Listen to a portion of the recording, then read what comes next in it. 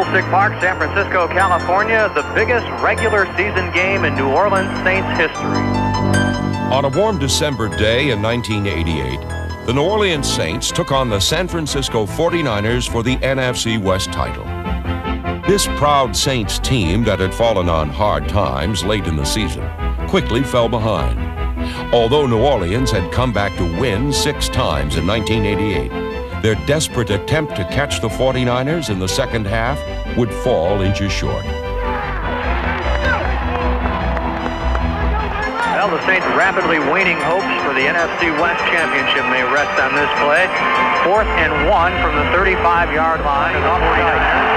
Here comes Scales in motion right to left. Hebert's going to sneak. I don't think he even came close.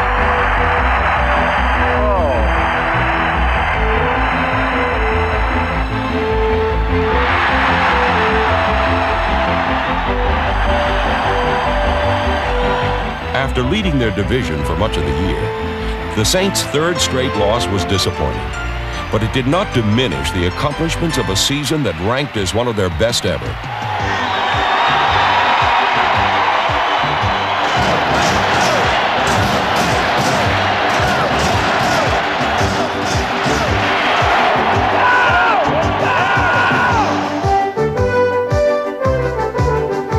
In 1988, the Saints swept aside the notion that winning might only be temporary in New Orleans.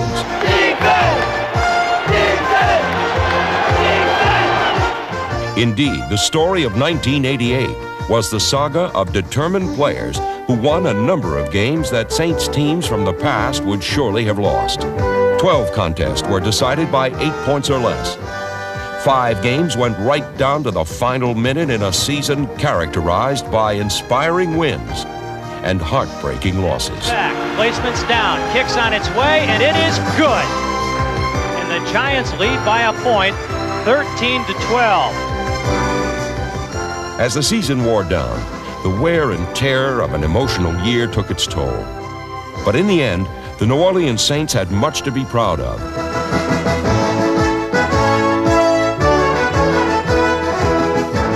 En route to their 2nd straight winning season, the Saints amassed 10 victories, recorded a 7-game winning streak, and played before a record number of New Orleans fans.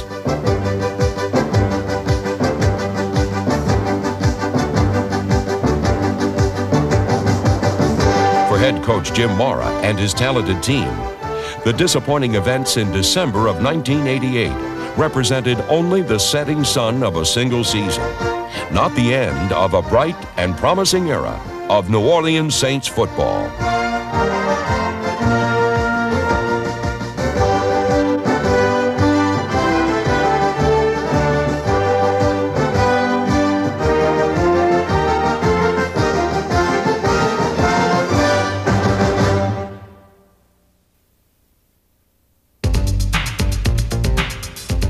In 1988, the Saints' objective was to win the NFC West and qualify for the playoffs. They were loose and confident, but no team dances to victory on confidence alone. Their road was often a treacherous path where victories were not easily choreographed. The Saints stumbled at times, but they displayed a remarkable resiliency to bounce back and meet every challenge head on.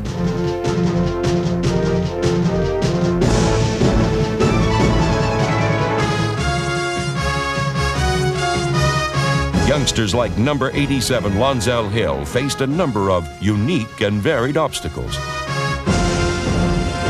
But the talented wide receiver ultimately steered a course to stardom that was straight and true.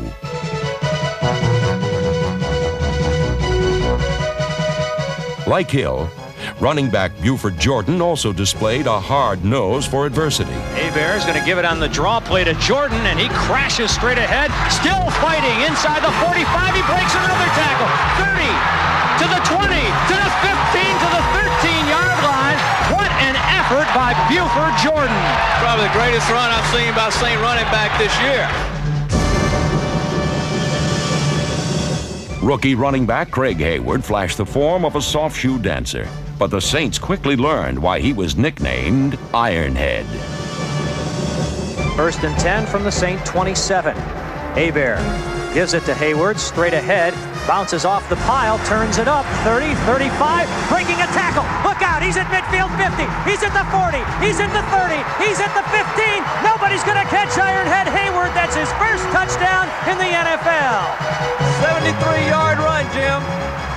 While there were many individual achievements, 1988 was noted for a number of hard-fought team efforts that tested the Saints' competitive nature. That fact was established on opening day when the 49ers came to town. In a contest that ranked as one of the year's best, Bobby Hebert and Joe Montana dueled like there was no tomorrow. Montana drops straight back, looks in the end zone, throws, and it is caught for the touchdown, John Frank. Hebert retreats, feeling some pressure, dancing to his right, throwing in the end zone, wide open, Robert Clark, touchdown!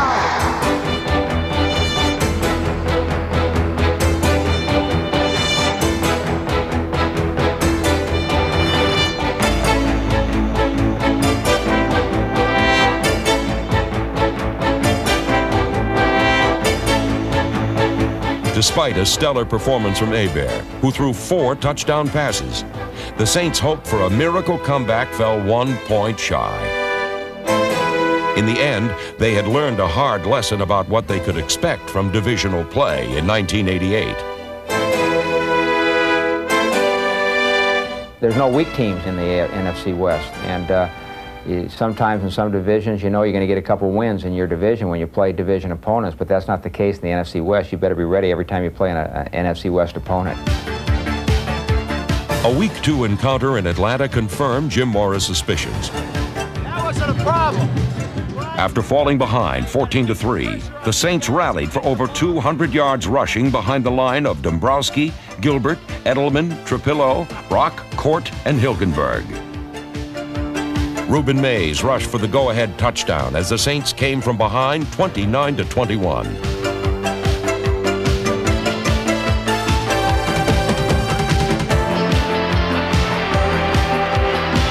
The victory began a wild 7-game streak where the Saints found every conceivable way to win. 3rd and 21. Into his own end zone, being rushed, hit, and sacked by Ricky Jackson. That's a safety.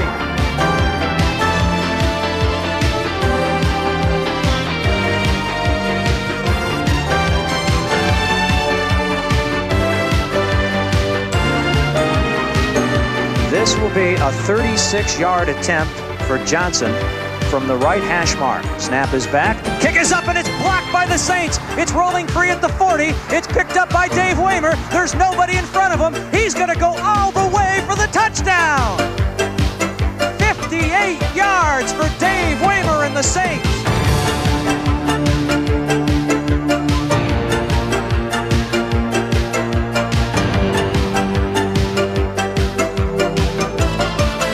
While it's true that the Saints made the most of their opportunities, the ball did have a habit of bouncing their way. For a franchise that once made losing look easy, it seemed hard to believe that now they were criticized for winning ugly. Well, I don't think any win is ugly. I think every win is beautiful. And the objective is to win football games, and it doesn't matter how you do it. A key to the Saints' success was the defensive line of Frank Warren, Tony Elliott, James Gethers, and Jim Wilkes that allowed only 6 rushing touchdowns all year long.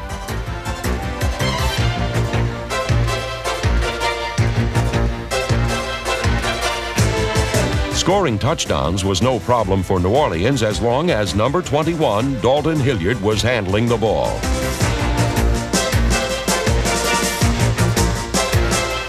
The versatile back had his finest season, accumulating over 1,000 total yards and proving to be a scoring threat anytime, anywhere, anyway. And right, the running backs are split.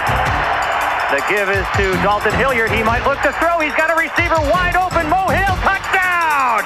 Yeah! Of course, Hilliard is not yet ready to step into the shoes of Bobby Hebert, the Saints' starting quarterback who matured into a team leader.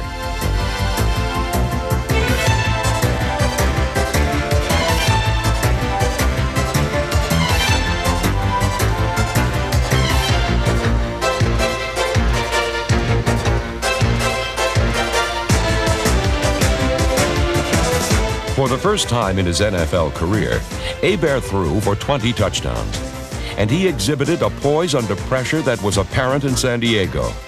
Behind again, Hebert rallied his team to a victory that was characteristic of the Saints' newfound mental toughness.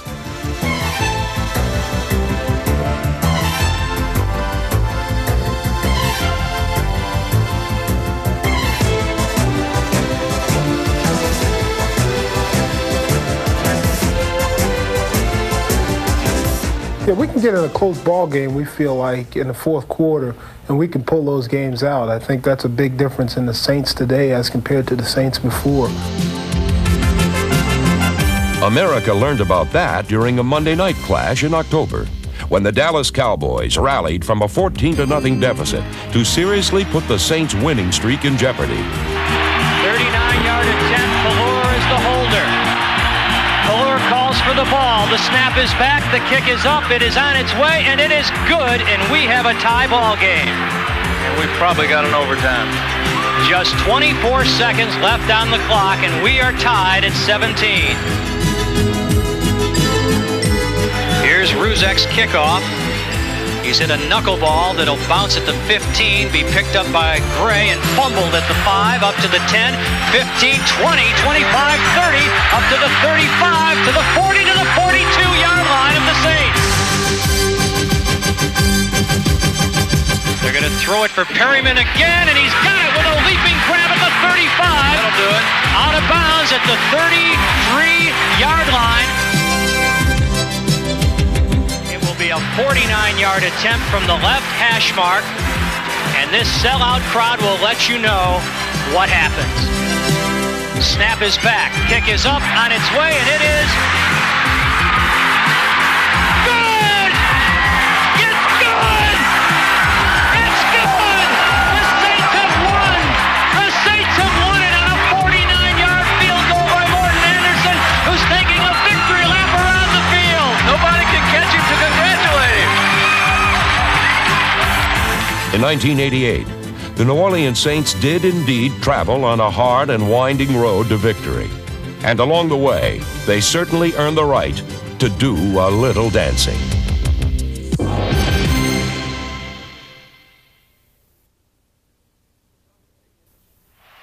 Sunday in the Superdome, where every seat is filled come game day. In all of the NFL, there is really nothing quite like the sound and spectacle of a Saints home game. Kick on, kick ass. Ready? Defense! Defense! Defense! Take it.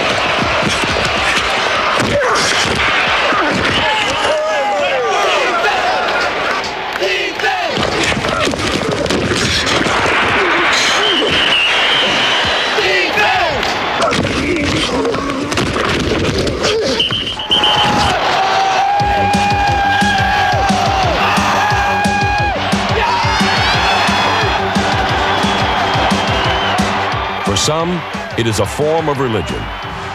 For many Whodats and players alike, the theatrical setting is a place to display one's artistic expression.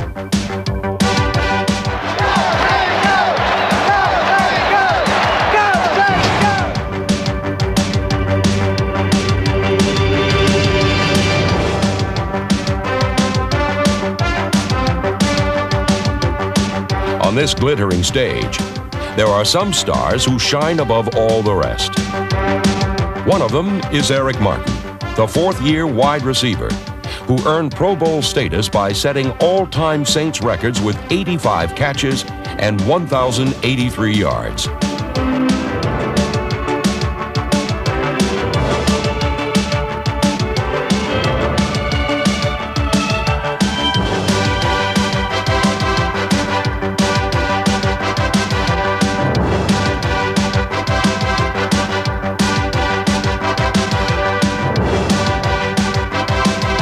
While Eric Martin appealed to Saints fans' appreciation of the artistic side of the sport, four men of a different temperament appealed to the fans' aggressive tendencies.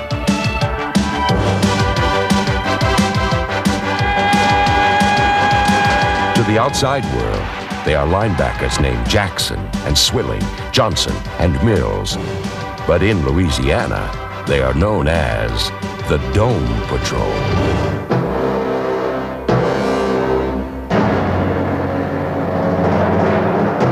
Ricky Jackson had thought of the name for us. We kind of got together as linebackers, and we figured, you know, we thought we were doing a good job, and we figured maybe coming up with a name.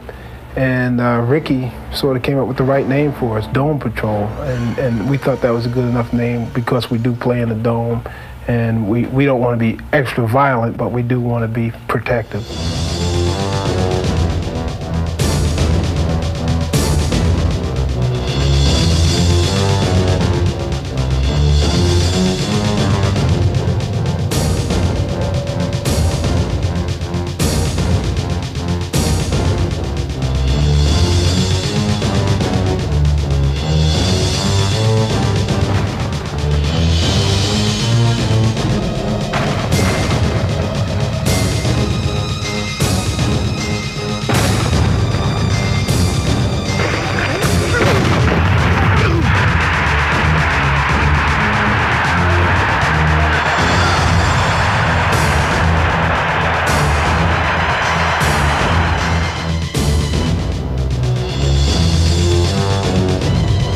In Week 8, the Dome Patrol, with the help of safety Antonio Gibson, crushed the Los Angeles Raiders 20-6. But great defense does not always ensure victory. 1 week later, the Saints' winning streak ended as the Rams eked out a win with a fine defensive effort of their own.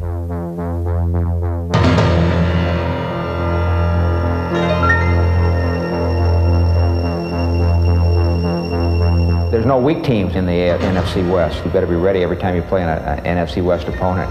You better be ready every time you play an NFC West opponent. You better be ready. Keep coming! Keep coming! Keep coming, dog! Right, Trump, 16 Joker, Trump, right, Trump. In the rematch in LA, the Saints got their revenge.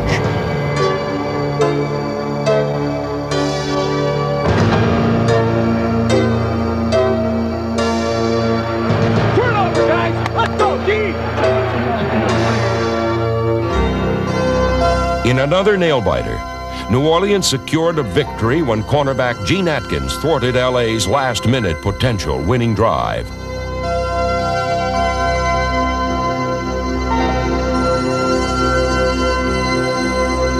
After literally playing it on the edge all season, the Saints returned home to New Orleans a team ready to explode. The Denver Broncos never knew what hit them.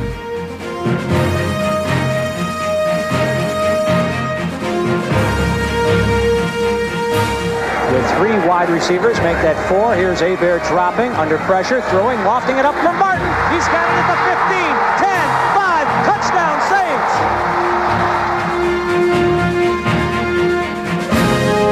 Martin comes in motion, Bobby rolls. Tice has it, juggling catch into the end zone, touchdown.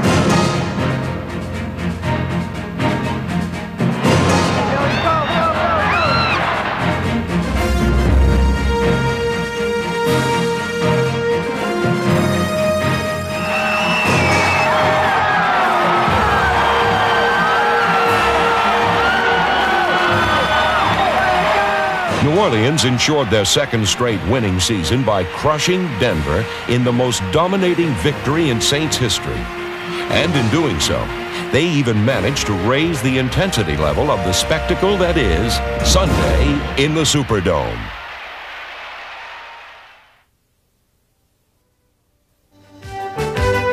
Only Santa Claus could possibly award the Saints a playoff berth going into the season's final week. But true to their nature, the Saints gave the Houdats a Christmas present in the form of another last-second gut-wrencher. Still an opportunity, though, for the Saints to finish with a 10-6 season. Not bad. With 9 seconds left, it'll be up to Morten Andersen to try to decide it. from 30 yards out. Snap is back. Kick is up. On its way, and it is good. Morten Andersen giving the Saints a 1-point lead, 10-9 with just 5 seconds left in this game. No, there would be no wild card under the Saints tree. But then it was not so long ago that talk of the playoffs or even a winning season was idle chatter that ended in training camp. We've come a long way since 3 years ago, really, and we're on the right track. This team is really building pretty quick. A lot of the guys that are on the team now previously wasn't around when the Saints didn't have that winning perspective. Right now you're a confident team. You know, when you don't win, it's not like, oh, well, we just lost another game. Everyone's really down and feeling bad about it and getting ready, you know, to get back on the winning track. So it's really the winning attitude that we have now in New Orleans is a whole lot different than, let's say, it was in the late 60s or 70s. Our guys feel like they can win every game, and we're not going to, and we haven't. But they go in believing they can.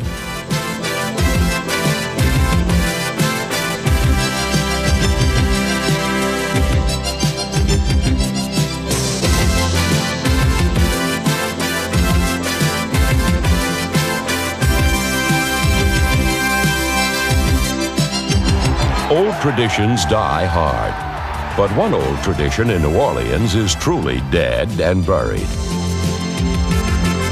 There is a new order under the dome. In 1988, the New Orleans Saints proved that they are indeed among the best in the NFL. They are likely to stay there for many seasons to come.